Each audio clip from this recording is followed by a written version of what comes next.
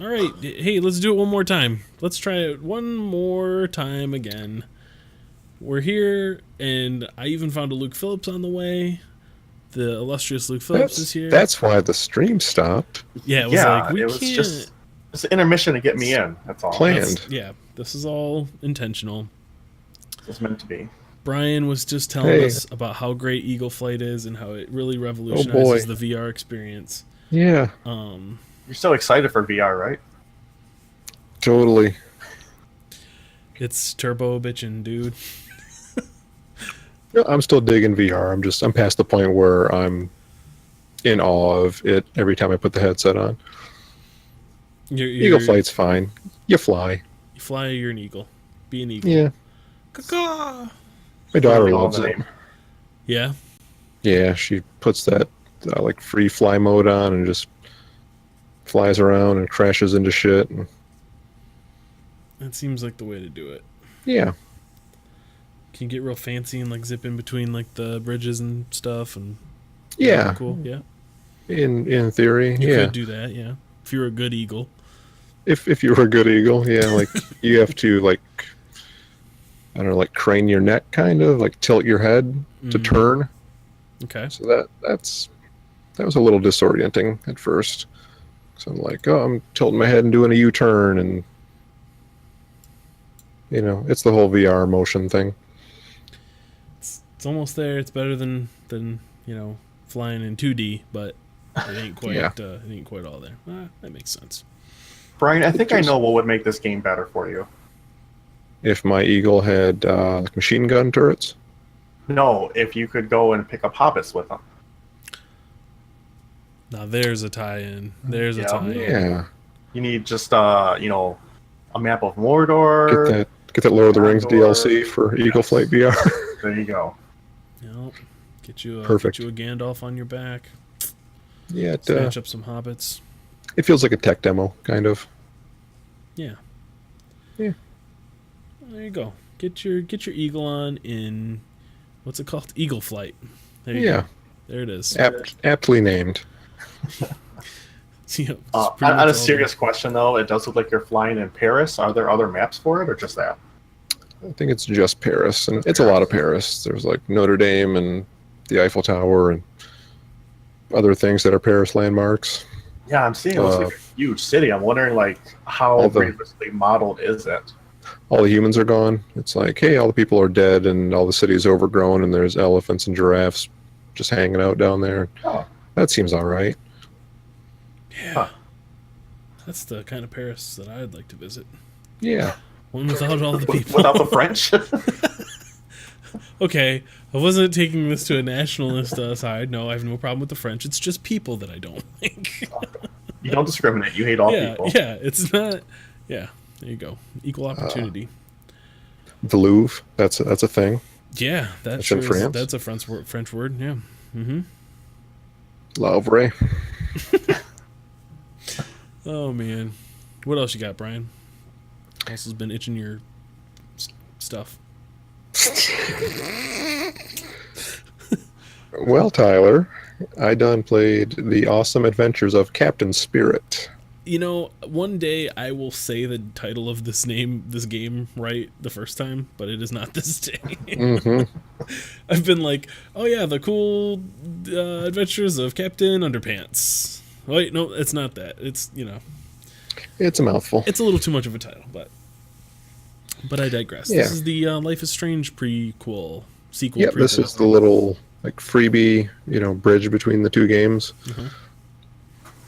It took me about 2 hours, a little less than 2 hours to play all the way through. Mhm. It's a real simple little story. Like you're a kid named Chris. It looks like he's probably maybe 9 or 10. It looks like it's on a Saturday in the winter. It's just him and his dad at their house. You can like play with toys and stuff in his room. You can explore the house. You can go outside and play in the treehouse and kind of explore outside the house, in the garage. Chris likes to dress up like a superhero and, make believe doing fun shit around the house, That's how I spend my which weekends. is kind of which is kind of awesome. Mhm. Mhm. Um, Any idea what time frame like what year it is or anything like that? It looks to be current time. Okay. Like there's a game console, like next to the TV in his room, and it looks like it's It's a modern one. it's modern looking. Chris's dad's kind of in rough shape. Like at the beginning of the game, you're playing in your room, and then your dad calls you out to breakfast, and like you go out there, and there's like milk and eggs, and dad's already a couple beers deep. Okay. All right. And there's some dialogue options where you can be like, "Oh, you're already drinking before you eat, huh?" And he's like, "Oh, it's a game day, Chris. Like, I'm allowed. Dad's a big basketball fan, so he's gonna go watch the game." And It's just getting started early, huh? yeah, it's Yeah. it's a little rough. Like the mom died recently, or so it seems. So everyone's having a pretty hard time of that. They do a good job of kind of walking the line with the dad, where it's like, he's abusive, clearly, but like they don't make him a monster. Like he's kind of sympathetic at the same time. It kind of toes that line. That's a tough thing to get right. Yeah, like he's trying to engage with this kid, and he clearly cares about his kid, and he wants to play with his kid and stuff. But at the same time, you can tell he's really not okay with the way things are, and just using alcohol to get away from it, which that ain't good. That always turns out well. Yeah. That's one thing that's consistent. That's always a good idea. So yeah, it's a couple of hours, and there's some lighthearted fun moments, and there's some some like tearjerker moments, and some sad like sad indie music. Is it a game about making decisions again? Like, I mean, because that's really what Life is Strange came down to. Is you're most of the decisions feel pretty minor here. okay. Like there are a couple of dialogue choices. When you're building your superhero outfit, you can decide whether you want a mask or not, or light armor or heavy armor. Okay. And then you have to go and like find the shit to build your costume. Oh, cool.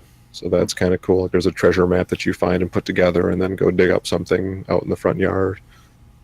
It's that kind of stuff. Gotcha. Cool. I guess some of these decisions will carry over to Life is Strange 2 or have an effect in Life is Strange 2. I think they said Chris is in Life is Strange 2, the boy. And I don't know in what capacity, if he's the main character or, they don't say anything about that. But That's cool. seems to be, mostly well written. There's a couple of voice acting lines where I'm just like, was that really the best take? There had to be a better take than that. But, So true to Life is Strange. yeah, it's pedigree. It's living up to the. it hits more than it misses, and they seem like there's an earnestness about it that helps me overlook some of those bumps. It's cool. I like a game that can put together a believable room. This looks like mine or any of my friends' rooms when we were, that age. The window clings and the posters and toys and stuff. Like, it's always cool to kind of revisit that stuff and see it realized in an honest way like that. So that's pretty cool. Yep. Yeah. It's free, so. Yeah, I have it installed. I don't know if you'll believe this, but I've been having a little bit of computer trouble this week. And when did that start? Yeah, you'll never guess.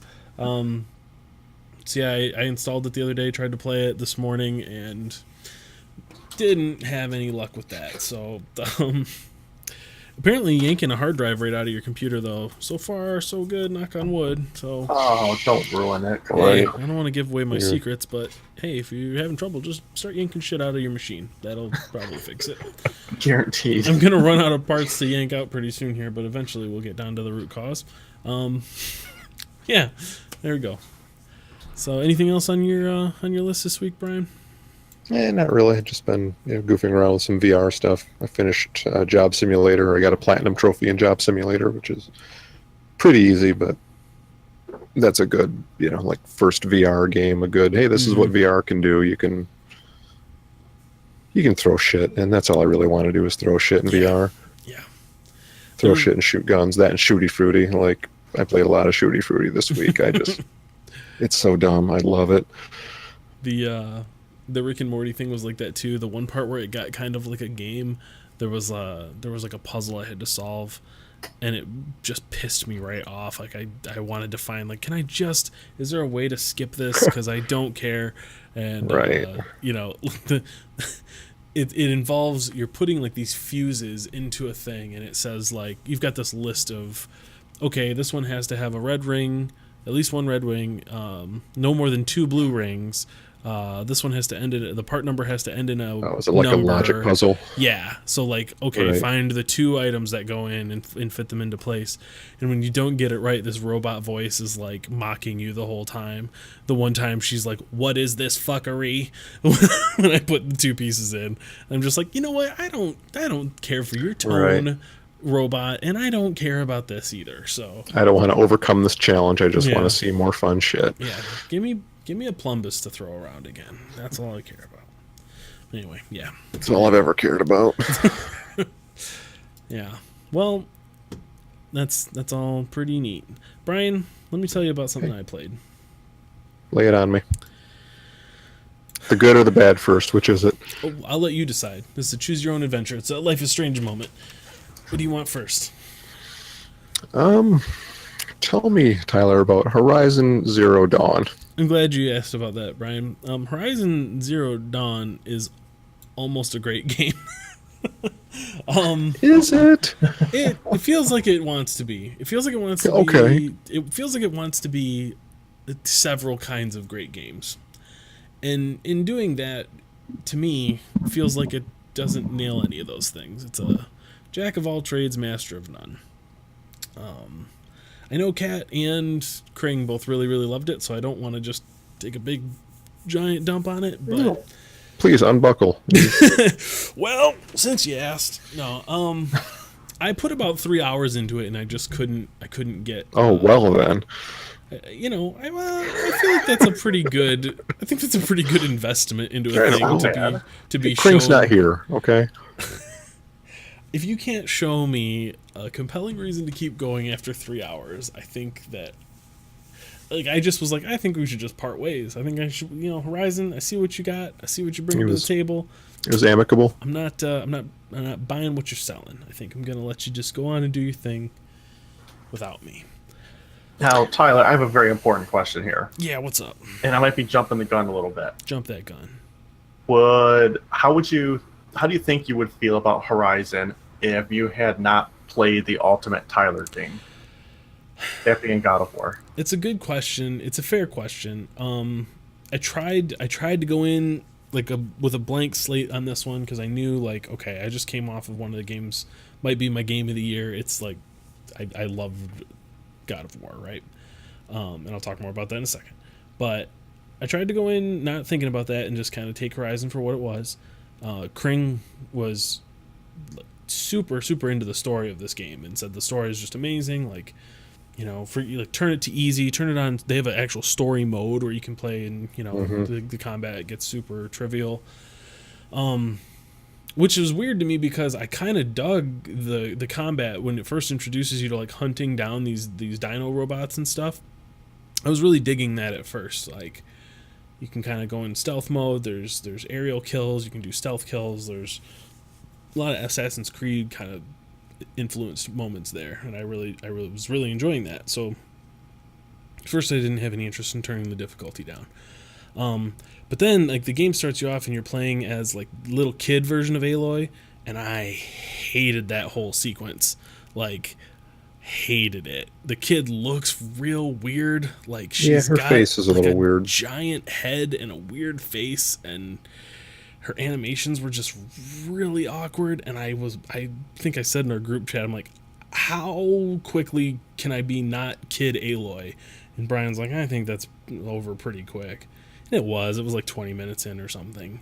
But not quick enough, apparently. They literally do like an 80s training montage to get her from being a little kid to an adult. Like you watch a video of her doing like, you know, push-ups and jumping rope and stuff. It's not Eating literally raw eggs, that, but it yeah. might as well be. Yeah, eating raw eggs and drinking nasty shakes and whatever. Yeah, it's And like basically the part that you see there, which is I think the best parts of the game, are the like underground ruins. Uh-huh. I think those are the most interesting areas in the game, the most interesting like story parts of the game, where it's just like, oh shit, here's all this, you know, old tech that was lost. And Right. Yeah, and like so I got the idea that like this is an us times, like these are normal people, you know, with an advanced, maybe slightly advanced from where we are, but you know, they had computers and whatever, and all that's gone here. It's all tribal. It's back to these, you know, different tribes, and they're hunting and doing whatever. And I found myself even skipping that stuff. Like I don't skip stuff in games. I am, you know, I'm going Yeah. after all the collectibles. I'm searching every nook and cranny. I certainly don't skip cutscenes, and I found myself doing that a lot here. Like I couldn't find a way to care about this. one thing I'm betting you hated was the UI. The UI Like is real there's busy. just bullshit all over the screen. Yeah. Yeah, and it's actually part of like part of the gameplay is you have this, you know, the Bluetooth headset that puts a heads-up display around the world, and that's how you tag different things. I didn't find it offensive. It didn't feel like it was in the way, but I didn't like it either. I like when the UI gets out of the way and lets you just experience the world. It feels like it's more immersive, but they definitely don't do that here. And I don't get the sense this is something that you would have loved, but I'm thinking maybe if you played it like pre-God of War, pre-Breath of the Wild, could be, yeah. maybe. Could be, but I don't Might land find, a little I better. don't find the story interesting at all. Like the whole setup is okay, so everything's back to this tribal nature, and you're told from the offset that you're an outcast. That's all you know. You don't really know why, but you're an outcast. And without like spoiling anything, like the tech, like clearly any of the tech stuff is considered like evil. There are these animals that are, you know, like hybrid dinosaur things, and you're hunting them. But like, you know, it's got these sages and priests and, you know, matriarchs and all this stuff, and everyone just seems like real backwards morons that I've encountered so far. Like they're praying to fucking doors and stuff. I couldn't find any way to engage with any of the characters who become inconsequential after an event early on. Like all the people they introduce you to are just kind of, I don't know. It's a weird setup for the story. Kring's like, oh, you got to just keep playing. It gets really good. You know, the last 3 quarters are great. I'm just like, man, if you're telling me I got to put 5 or 6 hours into this before it gets good, like, I don't know. I don't know if I want to put that kind of time into it. So, I'm kind of glad you didn't play Nier. I kind of hope you don't. yeah, I kind of had the same feeling, Brian. Like, from what I've read about that game, is like, the gameplay isn't great, but the story's pretty neat, and you know, and I know it's very repetitive. Like, you got to go back and play through a couple times to get all the endings and whatever. And I just like, I don't think I'm gonna have the time to put into that at all right now. So. Yeah. It's great to see you, Tyler. Yeah, that's that. Anyway, Luke, you mentioned God of War. Yes. God of War is one of the greatest games. Period.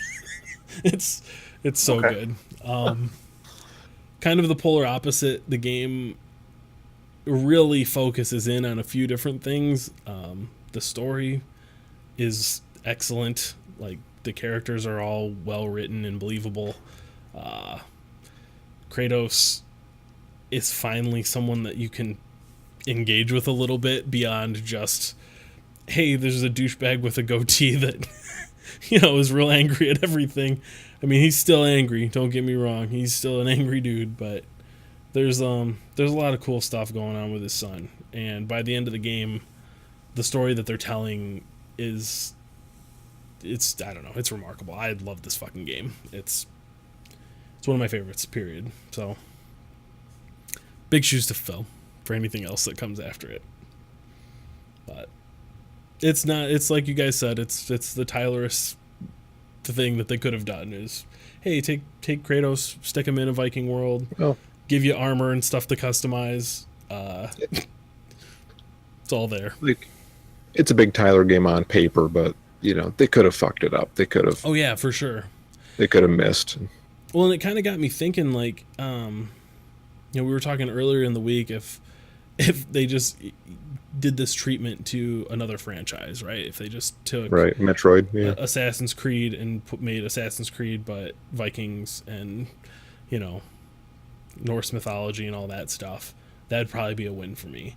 But then I started thinking, like, well, would I like Horizon if it was just they cut out all the robot stuff and made it about Vikings and Norse gods and stuff? And I think the answer is no. Like, I can articulate what it is I like about the gameplay here, and it's what they're doing with the story, and you're not picking through a dialogue tree with this. It's a handcrafted story. The characters are well written and mean something. Right. It doesn't feel like a pasted on theme.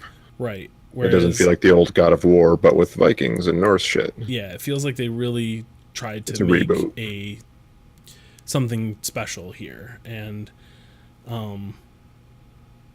don't know, man. There's some really cool story themes going on with just this idea. Like, the whole time in the beginning, Kratos is trying to teach Atreus how to, he's got to be a man. He's got to finally step up and hold his own. And the world has changed, and he's trying to prepare him for it. And his whole lesson has been like, shut that shit out that you've been taught about caring for other people, and all it does is get us more trouble. Yep. Their trouble is not our trouble. We're not here to help anyone. If it doesn't serve a purpose, it's not worth your time, all that crap. And the whole story is, the mom, Atreus' mom, Kratos' wife, passed away, and you're trying to spread her ashes in her memory. And a lot of shit gets in your way in between that, but it's like through like just walking around with Atreus, or anytime you get on a boat, it takes that moment to give you like some story beats, and the characters will start talking and giving you some backstory and all that. And you kind of start to find out, like, she was not just a mom, she was a warrior too, and she definitely tried to help people, and you kind of start to put together like maybe why Kratos is really hammering down on his, just take care of us mindset. And I don't know, by the end of it, they told a really, really good story, and set up for more games, in the future too. I think this is going to be at least a 3-parter, they've said. And I want to find a PlayStation 4 of my own before the next one happens, for sure, because this is a system seller to me. So I'm glad it landed for you. Yeah, I was definitely a little bit skeptical. I was like, I don't know, man. It looks great. Everything looks really cool, but sounds too good to be true. It sounds too good to be true. And I played the other God of Wars, and I just don't give a shit. Like, they didn't do anything for me really after the second or third one. So and making it a more personal story makes it a lot better for me. It's just like, I don't really care about, this is the gods and we're destroying worlds. It's just like, that doesn't really mean a whole lot to me. Well, and I think trying to say like, Kratos is out to save the world isn't a very genuine thing. Like, he's not. Mm-hmm. That's not who that character is. Right. And he's not altruistic. Trying to trying to portray him as here. But Atreus is great. Like, I usually hate little kids in games, and he is well written and believable. The way you interact with him is like, you have a button, like, I think it's the square button is kind of your boy button. Yep. So you can use that to tell him to like shoot arrows at stuff. Get me a beer. Yeah. Yeah, that's your get me a beer boy button. But yeah, he's just great. He adds a lot of character to the game. You'll be walking around and like certain events happen and will change his mood, and like there's a section where Kratos does something that really pisses him off, and for like the next 20 minutes or so, he's just a little fucker about everything. You tell him to come with you, and he's like, whatever. You tell him to fire an arrow, and he's like, all right. Sure, you don't know anything. Yeah, he literally says that at one point. He's like, he doesn't know anything. It's a very believable, well-written character. And it adds a lot to what could be a very like lonely and solitude experience, you know? Could be the Skyrim thing where you're going through this world kind of on your own silently, and between Atreus and there's another character, Mimir, who joins you in a kind of unexpected way. I don't want to spoil it. So, but he is another companion that will offer guidance and advice and stuff, and even like combat help too. He'll call out when someone's behind you. So it got to be the point where like in the middle of combat, enemies can just surround you from all sides. And so between Atreus being like, "Dad, look out," and then Mimir being like, "Behind you, brother," you know, you get kind of an idea if something's about to really mess you up. But it can get quite chaotic. The game's fucking hard. It's there's some moments that I replayed probably a good 10 or 12 times before I got them. I enjoyed the story times in the boat too. That was well done. The way they were like, "Oh, you know, hang on, you know, we got to pick this up later." Like, like it was very natural the way it started and stopped. The way that they had to have scripted all that so that it you know, was just seamless was cool. Like the first time it happens, Mimir's telling a story. At least the first time it happened to me, he's telling a story, and you hop out of the boat, and Kratos interrupts him, and he's like, "We need to focus. You know, stories are not for on land. We need to keep quiet and keep alert," something like that. And Mimir's like, "Oh, okay, noted. We'll pick it up later." And then they do. Next time you're in the boat, he's like, "Hey, where did I leave off?" And Atreus kicks in. He's like, "Oh, you were talking about the frost giants." He's like, "Oh, right," and you know, picks it up right where they left off, and that's pretty cool. Yeah, it's a nice touch. I never noticed there was never a jarring moment where it was like, "Oh, they already said that part" or whatever. It's really well done. And if they're close, like if he's near the end of the story, he'll just finish it up. Even when you get on land, they won't like, you know, it won't be like, "Oh, next time on the boat times," and she died. The end. So it's really well done. But yeah, I can't say enough good things about it. Maybe the only downside is like there's a lot of like menu stuff that isn't super perfect. Like you're getting a lot of gear and trying to slot enchantments into the gear. Yeah, you know, it's like that wasn't real intuitive. Yeah, that took a while to get down.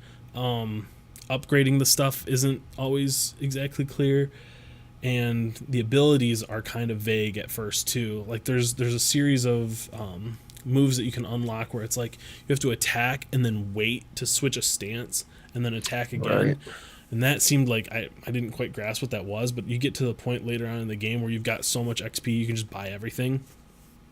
And so after I did that, I started playing around with those moves that I hadn't been using and found that to be really useful. So yeah, I really like the combat. I know you didn't particularly love the puzzles and combat in it, Brian, but yeah, I have a lot of respect and admiration for the game. It's just something I admire from a distance. Yeah.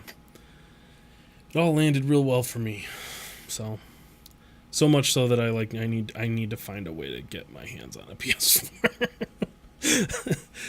I was talking mad shit like leading up to it, like they just need to get off their high horses and exclusives are all terrible, and here I am like, whatever, fuck it. If it means I get to play God of War, I guess I'll just hop on that bandwagon and be a good little consumer about it. Because what are you gonna do? Yeah, we'll be talking about this game again at the end of the year, I'm sure. Definitely. Well, I also played another Brian recommendation that was delightful and surprising. It's called Journey. And this came out like forever ago, but I think it was 2012. I've never played it. And is it like remastered for PS4? Yeah. Or, okay, I was going to say, because it was a PS3 game. It looks really good. Like, it's a very simple design, but it looks pretty. Man, is there a way to really talk about it without kind of spoiling what it is? I mean, it's a game about exploration. You're just kind of exploring this world. The story that's there is very hinted at more than told. You're kind of left to fill in the gaps. everything's told through like hieroglyphics that you find in the world, and then kind of these little cutscenes that happen when you're transitioning between the different stages. Yep, there's a lot of like life and death, philosophy behind it, especially after you've finished it and kind of seen what the loop is. Yeah. The way they've got just like the big glowing mountain off in the distance, that's real well done. Like if you ever don't know where to go, just look up and Kind of that's where you're supposed to go. Yeah. Yep. And the multiplayer is cool. The multiplayer is unlike anything I've ever experienced. The way that works is like I'd heard that like people just kind of show up in your game, and I didn't really understand that at first, but it'll make more sense once you're playing it. And yeah, it'll just come across people that are, I think it's only ever one person at a time. But you'll find somebody else that's out there, and one of the ways you can kind of tell if they've been playing for a while or maybe if they're having a hard time is the length of your scarf grows based on these pickups that you get throughout the world. You can lose them if an enemy gets you. It'll snap you and rip your scarf, and you kind of start over. And there are very few enemies in the game. It's not a combat or stealth game. Yeah. So the first time I played, like I came across this person and they didn't really have as long a scarf as I did, and so I was like, maybe they're kind of struggling or new to this. And I mean, I was brand new to it too, but I wound up playing with them for a really long time. We probably were together for like an hour. We got really close to the end of the game, and like I felt like this crazy like connection to this person. Like you can't really communicate, you can't talk. All you can do is chirp. You can kind of chirp with the circle button, and when you do that, it gives them energy too. It's kind of hard to describe, but you have like this energy that allows you to kind of fly for a second, kind of float up into the air. And so doing that near them kind of fills them with this light and this energy. But you can do like short chirps or long chirps and kind of try to communicate that way. So we'd been going back and forth, and we'd kind of shared this really beautiful experience. And we get to the part where there's like some enemies, and you kind of have to sneak through this area.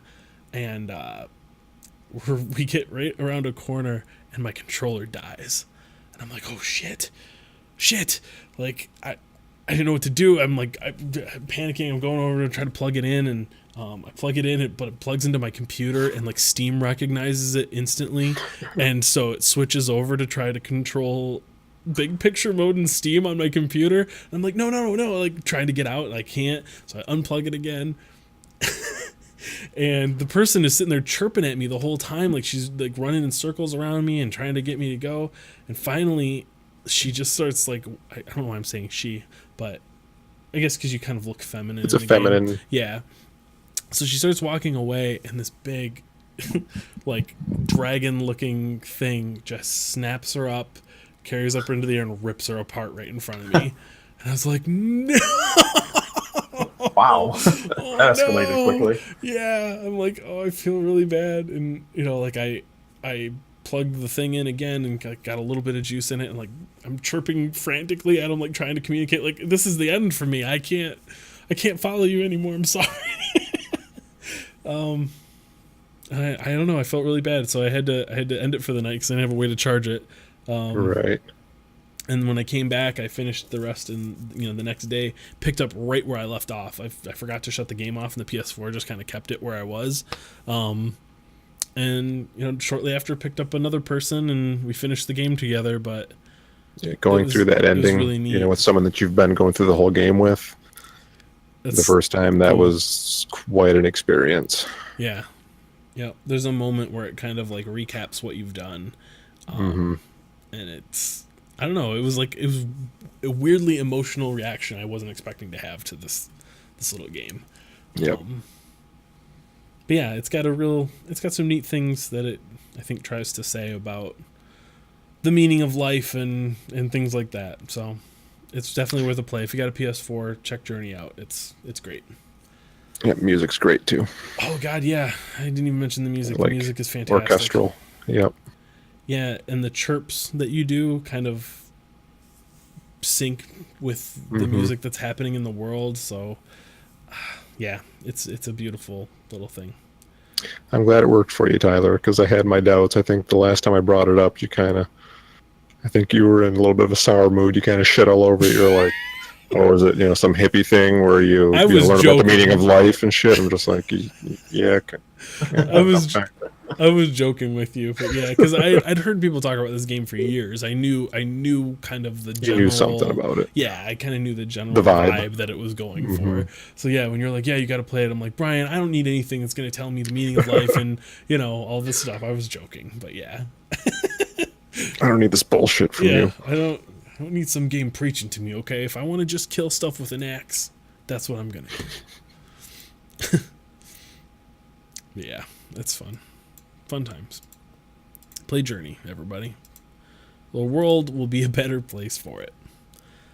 God, what else did I play this week? I played more Hollow Knight. Not a whole lot to say there. I don't know. What have you been up to, Luke? What have you been playing? Well, speaking of Hollow Knight, Yeah. I played some Hollow Knight. Yeah. Not a whole lot, but I kind of bashed my head against the Soul Master for a little bit this week. Yeah. And I finished him off. Killed him. It's a good feeling, right? Yeah, and He's a bastard. I was on the subreddit, and there was quite a few posts that were talking about Soul Master. So I went through and I would click on them, and someone would be, "Oh, this is such a incredibly difficult fight. It took me hours to beat him, or 10, 15 times." Next person down is, "Oh, I killed him on my first try. It's one of the easiest bosses in the game." right. The whole subreddit is basically split 50-50 between this is one of the hardest and this is one of the easiest encounters you ever have. Yep. I remember the fight. I think it took me maybe 2 or 3 tries. It wasn't easy, but it wasn't like, oh my sweet Jesus. Right. And honestly, the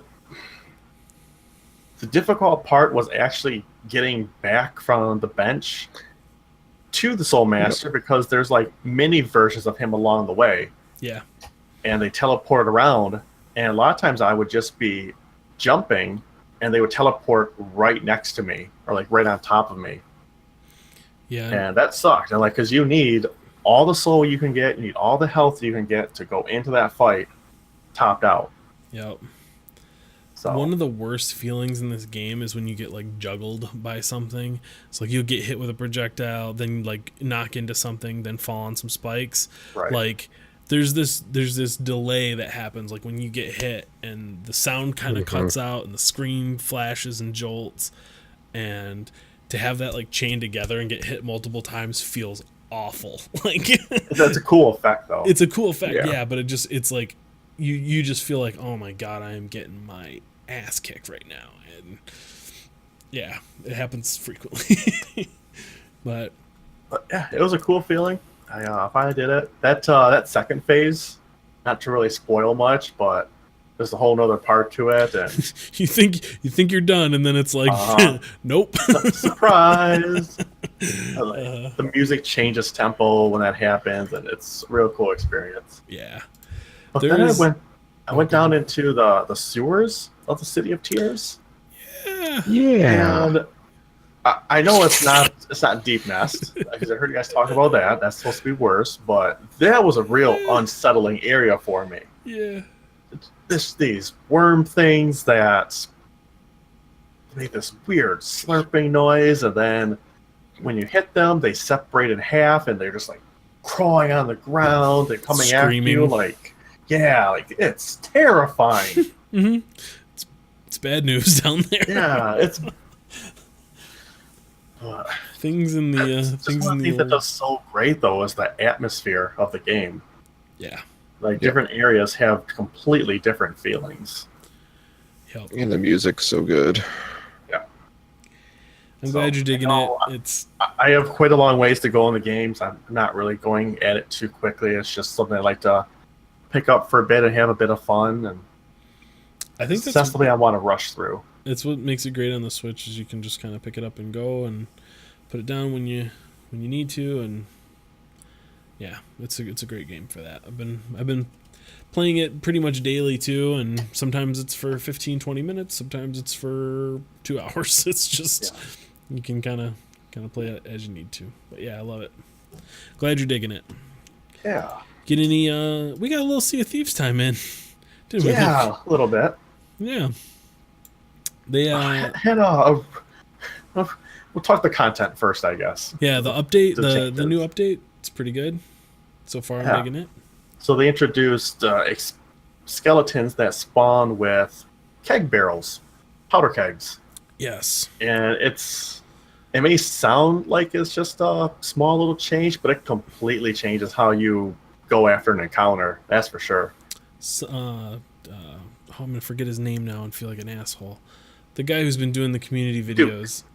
What's Oh, it? not the NPC. No, no, I'm talking talking about the Bill Drag guy. Yeah, he goes by Bob. Sonic Bob on Yeah, I the only thing, know but his his, Reddit his name. name is something else. Anyway, yeah, the way he says he calls them gunpowder skeletons. I love it.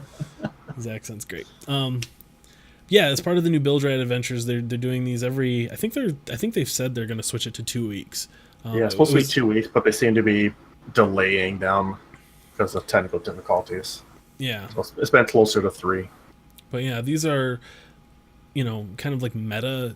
It's almost like achievements. It's almost like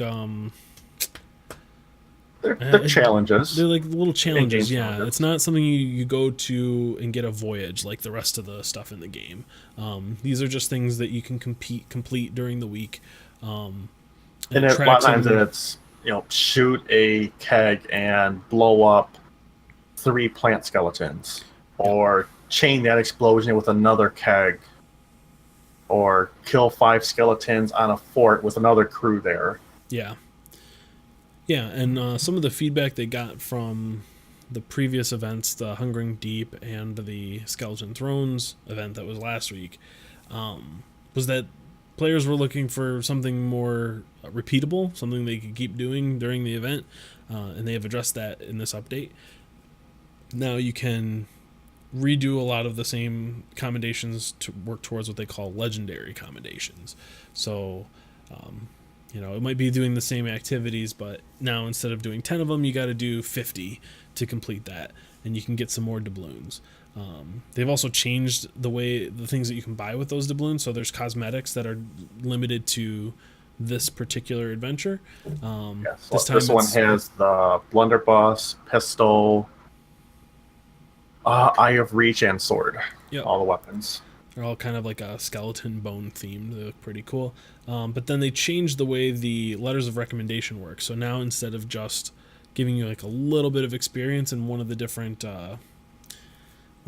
trading companies, now it is a full level. So those are super valuable. You trade them in for 30 doubloons, and it gives you a complete level. If you're level 49, it'll take you to 50. If you're level 36, you'll be a 37.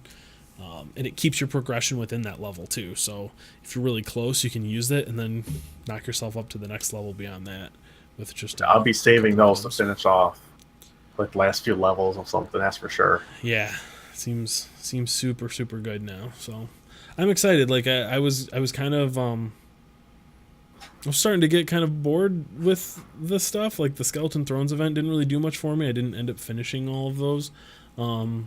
But this Yeah, is, whereas this has I been finished great. I finished it in one night, and then I was like, that was boring. Yeah, well, and I think Like that's part of the this- problem is like everyone who's super into it does it the very first night, and then nobody has any reason to go back and do this stuff again. So you go up to somebody on day 5 and are like, "Hey, you want to do the skeleton thing with me?" And they're like, "Fuck off, asshole!" and fire a bunch of cannons down your throat. So I think now with giving people a reason to keep going with this stuff, there'll be less of that. There'll be more people willing to help out and whatnot. But that doesn't always happen. And last night when we were playing, some real weird stuff was going on in the game. It was one of the weirdest nights we've ever had in Sea of Thieves because things just weren't making sense. Yeah, it turned into a mystery game for a little bit. We were trying to figure out how We had to ended play up detectives. in a situation. We ended up at a fort which had fort loot on the outside of it. Like we got to the skeleton fort and the skull is still up in the air, but you randomly found a stronghold skull sitting in the water outside of it. Well, I was running around on the outside. I was like, oh, there's a crate of tea. Let me pick that up. I'll take it back to our boat. Oh, underneath that is the Strongfort skull. I'm Yeah. taking that instead. Yeah, so we made off with that, came back, finished the fort, and all the loot was gone in like record time. We're like, Oh, whoa. yeah. We're coming back to it, and all of a sudden the skull's gone, and Yeah. we go around the island, and there's no one there, and it's like nothing made sense. Like, how could they take all this loot? So we find a guy who's guarding a key now.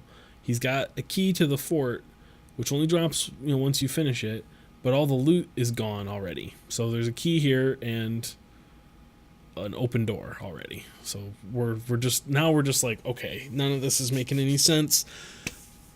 We're trying to figure out, like, has somebody been on the server for like 9 hours today just farming these and decided to not open one of the forts? So we sail all the way around the map to the other forts trying to find if this key actually opens another one that's already been completed. We get all that done, realize, nope. Spoiler alert, it doesn't. They're all closed still. They have no loot in them. So we're just like, fuck, whatever, man. I guess we just hang on to this key, and then if a new fort pops up, we'll try it and see if it works. Well, Which one did, like an hour and a half later. yeah, hour and a half later, Skullfort shows up. We're like, well, shit, let's see if it works. We run up, past all the skeletons, shove the key in the door. It opens right up, and we start emptying the thing out. A person, I like, one of the skeletons kills me, and I end up on the Ferry of the Damned. Well, we both died. I think it was like Yeah. ghost skeletons at night or something, And this which guy, is the worst combination. yeah, this guy's talking to me, and he's like, "Hey, old Ratbeard, are you at that fort?" And I'm like, "Maybe." Well, what's up? Like, I'm trying to not let him know that, like, yeah, we're like heisting this thing right now. This is a robbery. We're taking the stuff without doing the fort. It feels like cheating. But yeah, he's like, "Oh, maybe we'll come by and help you." I'm like, "Okay." Oh yeah, he was like, "Oh, that galleon out there is going to wait for you to finish this thing. Like, let's team up and we'll do this all together." Yeah. So he shows up while I'm on the island, like hauling stuff off, and Luke starts talking to him, and I grab a gunpowder barrel, and as he's coming up, I'm watching his boat come up alongside Luke, and he gets just out of vision of me, and Luke starts talking to him. So they're sitting on each other's decks, phrasing. Are we still doing that? They're sitting there having a chat, and I hop in the water, swim out underneath their boat, and let the keg go and bomb them. Like, just as they're agreeing to go off to the island and start working on it, I'm like, "Okay, Luke, Basically trying to on. not get them to go look and say, "Oh, all this loot's already missing. It must be on the boat," and See have it them on our betray boat. us Yeah. to take it. So Luke turns on him and starts firing, kills him, and yeah, we managed to sink him and make off with all the loot. And just as the one guy is dying, "Oh, that cuts both ways, man." Yeah, he was real sour about it. He's like, "Oh, that's how it is, huh? That shit cuts both ways." He But, came yeah, back. we went and we got all the treasure out of it, only to go sell it and come back and just see two boats duking it out over at the island. And Yeah, it felt both really are like, weird. Like, "We took it all, guys." yeah, it was just a weird night. None of it made a whole lot of sense. We figure somebody must have had a key from another server and got like merged into ours. And I guess if that happens, like if they sail too far away from the fort that it was active at and they get merged, they'll like have all the belongings on their boat but just get plopped onto another server. And I think that's how the extra key got into play. But for a while it was very confusing. We didn't know what the hell was going on. But we definitely came out on top that night. We managed to finish a whole bunch of commendations for the Bildrat stuff. We got a free skull fort out of it. We managed to get lots of the loot from the previous haul too. Like we got We an found extra teeth stronghold. floating in the middle of the water with nothing around it. Like, Yeah, no boat. no It's explanation whatsoever. Weird night. It was a lot Yeah, of it fun. was weird.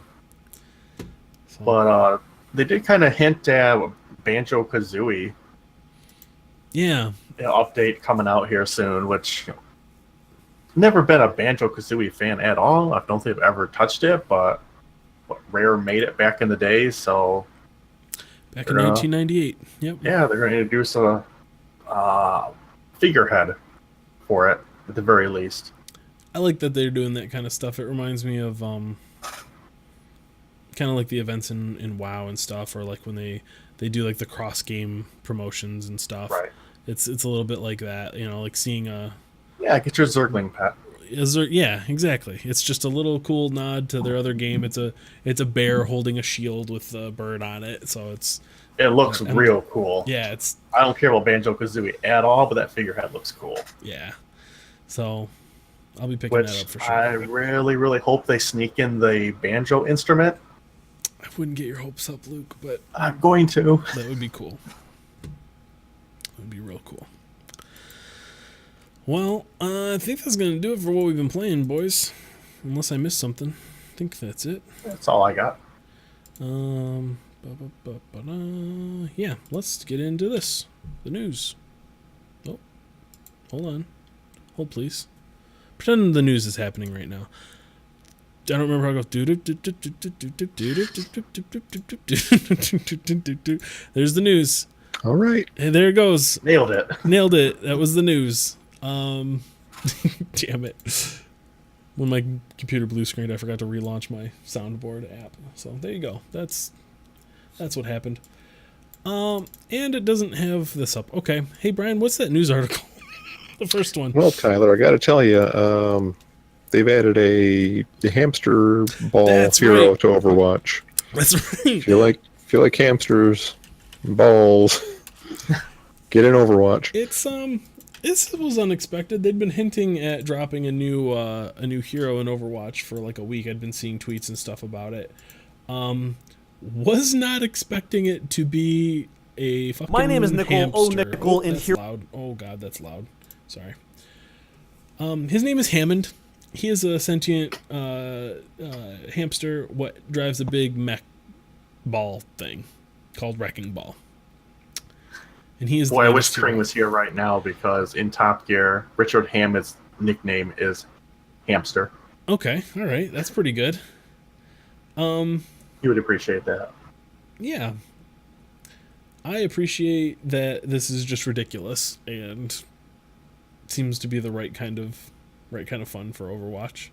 It already has a giant gorilla. It's it's not that far Yeah. to Doesn't take itself very seriously. chuck a hamster in there too. Why not? But like most Blizzard things, it's just like it looks really well animated and kind of adorable. And I don't know how he's gonna play. I assume he's gonna be a tank or something. But like, I'm on board. Whatever, man. Give me a big old hamster. I'll check it out. I guess he's on the PTR right now. You can go and play him and try him.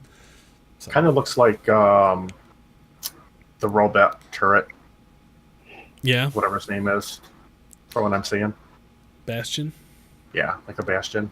Looks pretty mobile though. He like rolls up and can kind of roll around like a ball, almost like a wrecking ball. I don't know. Seems cool. So hey, if you're into Overwatch, let us know how Wrecking Ball plays, won't you? The next, it's been a slow news week, guys. I don't know. Yeah. I saw recently that Jim Carrey is going to play Dr. Robotnik in a Sonic movie that's coming out. What? Which is just a very weird sentence to say out loud. But yeah. What year is it? Yeah. Yeah. I feel like Sega's been desperately trying to keep Sonic relevant for like the last 15 years. At least. It's not. This is And Not Jim Carrey. relevant. this is all I think part of a recent thing. Like there was a TV show, Sonic, I don't know, Blast or something like that. I think it was called.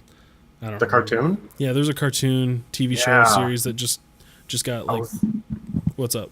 I was in like second grade when it was out, I think. No, there's a new one now. Oh, a new one? Yeah, You're talking about the one with Urkel? yeah. Me? Luke's talking about the one with Urkel. Yeah, Steve Urkel. Sure. What's his name? God. Jaleel White. Yeah, Jaleel White voices Sonic. He loves chili dogs. That's the Sonic Yeah. you know. And New love. Sonic's way hipper. I think he's got a scarf. Oh, He shit. was a hipster. He's way cooler. Yeah, Hipster Sonic? yeah. Hashtag not my Sonic. Knuckles is in there. He's all like fucking gonna be- jacked. He's like all huge. tapping his foot. I'm like, come on, motherfucker, pick up the controller. I got a fucking day here. I've got time for this shit. That's my Sonic. But yeah, Jim Carrey hasn't done a whole lot in the Hollywood lately. Not ever, man. Jim Carrey owned the 90s, man. Yeah. Ace Ventura, The Mask. He's been just like holed up in his apartment doing art. Doing some talks. He's his recent public appearances have been like real cool. He just shows up with like this giant beard and tells people that he's not Jim Carrey. Jim Carrey's dead. Who's Jim Carrey? Doesn't matter. Nothing matters. Everything's whatever. He's got a real out there approach to it all, and it's kind of awesome. So, but hell, I mean, yeah, play Dr. Robotnik, man. Do you get whatever? Get some money. I'm sure it'll be awesome. Okay, question. Yes. Is this an animated thing or? It's like, what do we know about I this would movie? certainly. I don't want to say hope so, but I think Sonic's got to be animated at the that's very the lesser of least. two evils. Yeah. Right. Yes, I hope Sonic the Hedgehog is an animated movie. Yeah. I mean, I think they tried to do a live action Sonic with CGI hope Sonic. so yeah, please make it that. Just Put Jim Carrey in a costume in a big fat suit and steer it right into the sun. God, Yeah. yes. Like, it's gonna be bad no matter what. So, just swing for the fence. Let it let it be as horrible as it can be. Set the controls for the heart of the sun. There you go. Yeah, this is gonna be the Mario movie all over again, isn't it? Who knows, man? I think there's rumors of that too. A new Mario movie. Yeah. Hard for me to picture. Sure, it'll be fine. It'll be fine. I can't wait to see the trailer for it. There you go. That's the spirit.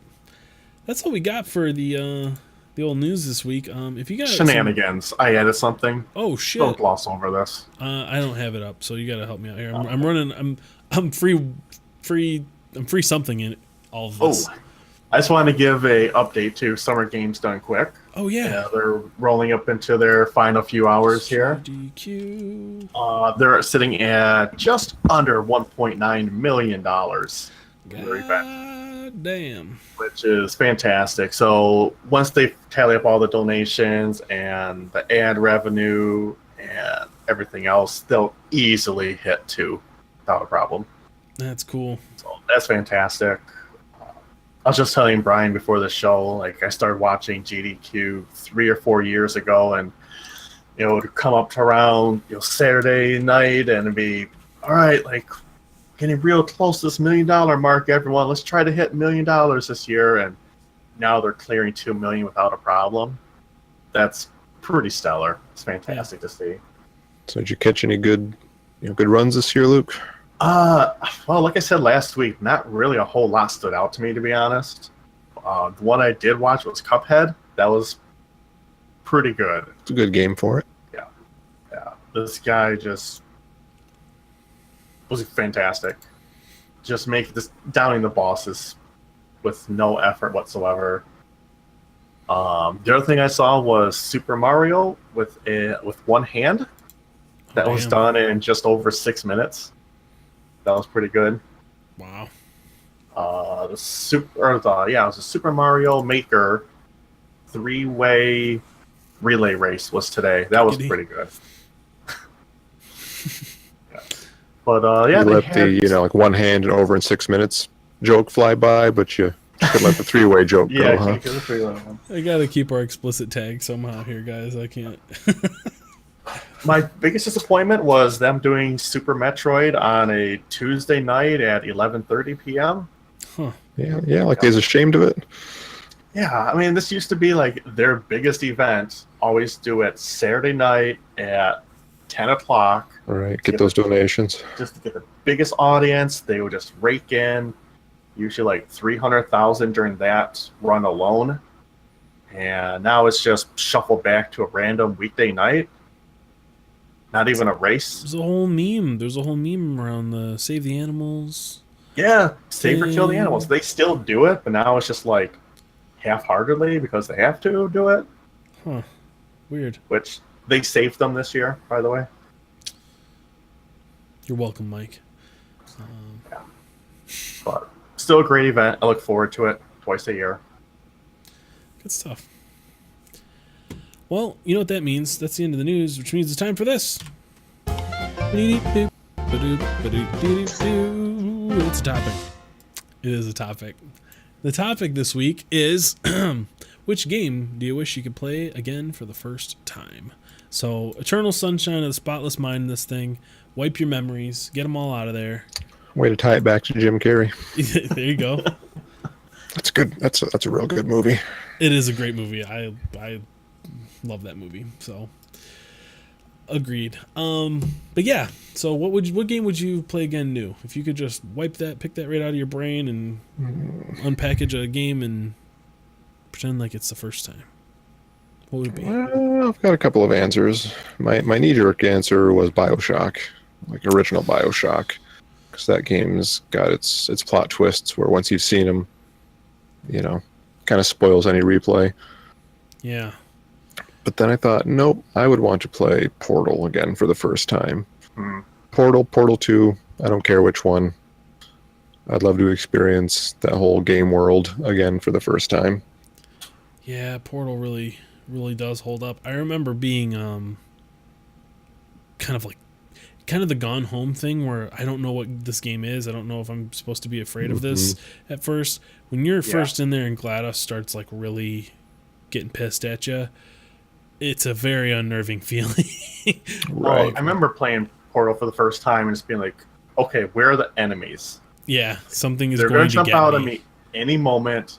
I don't really have a real gun. What do I do? Yeah. Right. The enemies come and they start shooting at me. What am I supposed to do? Yeah. Without realizing it's a puzzle game. Yeah. Yep. That's a real good one, Brian. That's a good answer.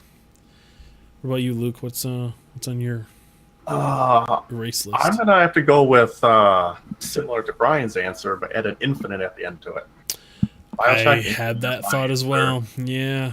Because I want to pick a game to where like Portal's fantastic and that's a great feeling, but there's not really too many plot twists in it. So I want a game to where I want to have those feelings for the plot twist and the storyline all over again.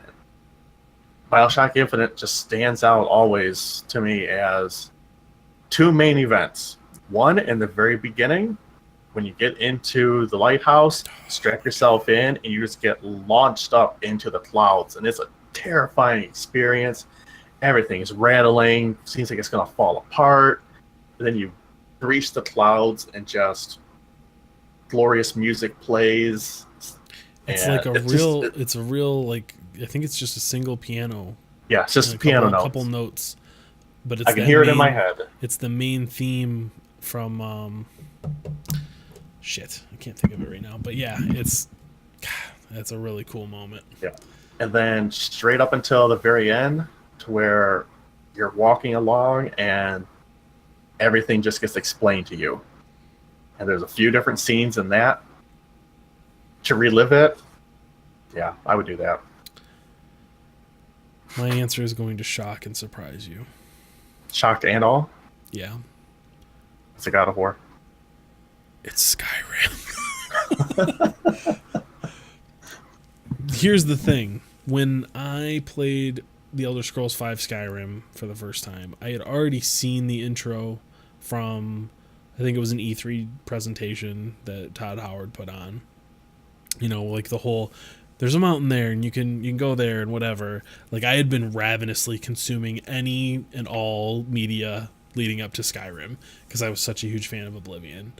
So I would go back through, wipe every single memory I have of that, all the stuff leading up to it, and just experience it completely raw dog that game. Well, that's the right answer, Tyler, because you're going to get, another 2,000 hours out of that. Exactly, yeah. It's like, there's so much content there. Yeah, I wouldn't have to buy anything new for a long time. Now, in 2018, I have a plethora of devices I can play it on. So yeah, that would be my answer for sure.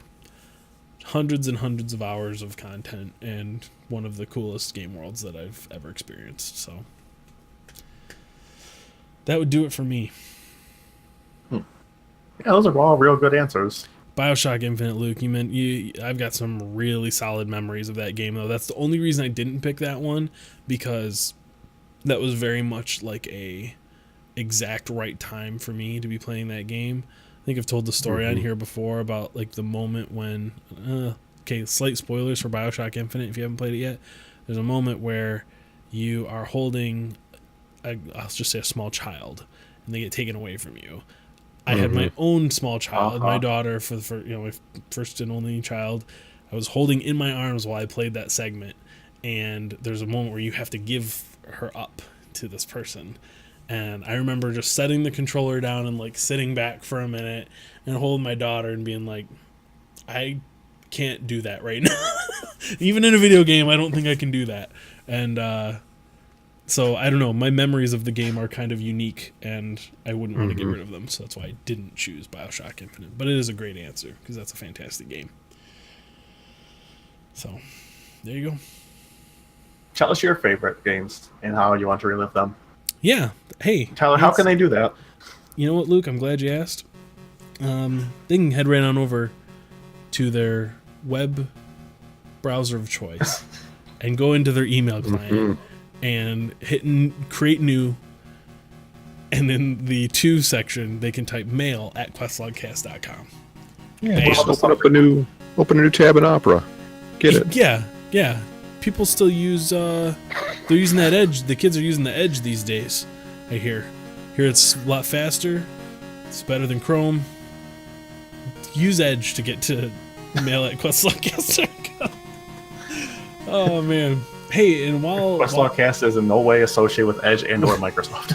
And then if you feel like opening up Firefox again, you can do that too, and you can head on over to questlogcast.com where you can find this show in many forms, and also old shows if you want them, and articles that Brian writes. There's all kinds of cool So many stuff over there. browsers. Yeah, there's all these different Open up browsers. Safari. Why not? Yeah. Are you a Mac user? Do you wish that we talk more about Mac things? Let us know, won't you?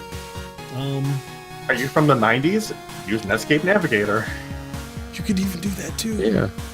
Just do a search in Dogpile. You'll find it. You know what? You can even Ask ask Jeeves. Jeeves. We need There to it get is. out of here. We're going to be here all night. Thanks for joining us, everybody. Tune in next week for episode 84, and we'll catch you then. Have a great night. Hasta Vista. Take care. Find us on AOL Instant Messenger. Keyword Questlogcast.